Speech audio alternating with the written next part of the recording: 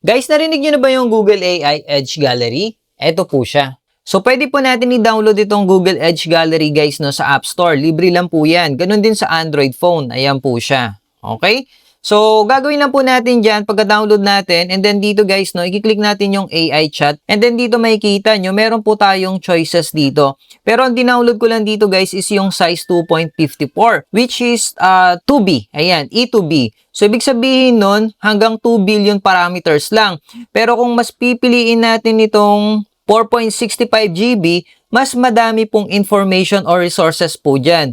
4 billion parameters po. Kaya kung may space pa yung iPhone nyo or Android phone, ito na yung i-download nyo, itong 4.65 GB para mas malawak po yung parameters niya. Ito kagandahan nitong AI apps na to, halimbawa nagpunta ka sa ibang lugar, sa Japan, sa Korea, sa Saudi Arabia, halos lahat ng language guys no, nandito na po, supported niya po.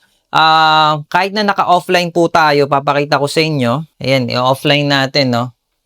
Ayan, lalo na kung wala tayong internet, 'di ba? Meron kang gustong malaman na lingwahe, halimbawa, ano ang good morning sa Saudi. For example lang 'yan, guys, no? Ayan, Tagalog 'yang ginawa ko pero sinagot niya tayo. Nakita nyo?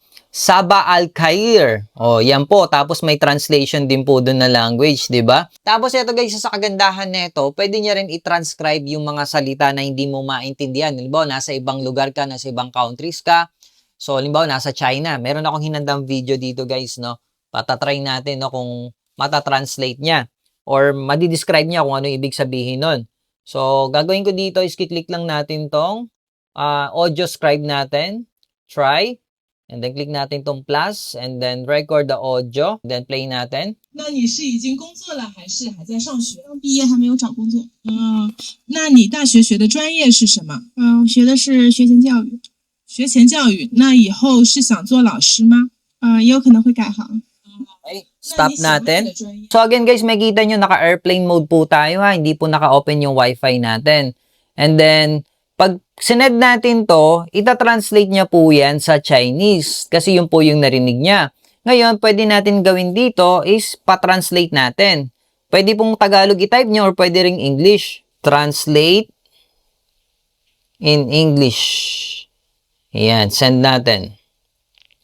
Are you already working or still in school? Do you have job? So, diba? So, yan po. And aside from dyan, meron din tong ask the image na tinatawag, no? Ayan, ask image. So, try natin. So, click natin tong plus sign, camera. So, halimbawa, ito yung image sample. Bumibili ka ng product na nasa ibang bansa ka. Picturean lang po natin yan, no? Okay. And then, use photo. And then, dito, type lang natin dito sa prompt, what is this food? Kiyatay ka. Tingnan natin kung naintindihan tayo. Based on the image, this is milk product from Japan. Uy, di ba? So, meron din tong mobile action, guys, no? So, halimbawa, sabihin mo lang yung gusto mo.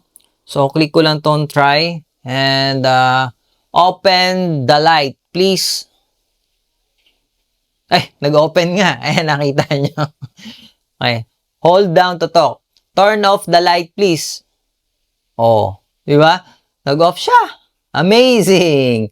Tapos, ayun, marami pa dito, guys. Explore nyo na lang. Libre nyo na naman yung mada-download. So, yun lang, guys, no? Thank you, thank you.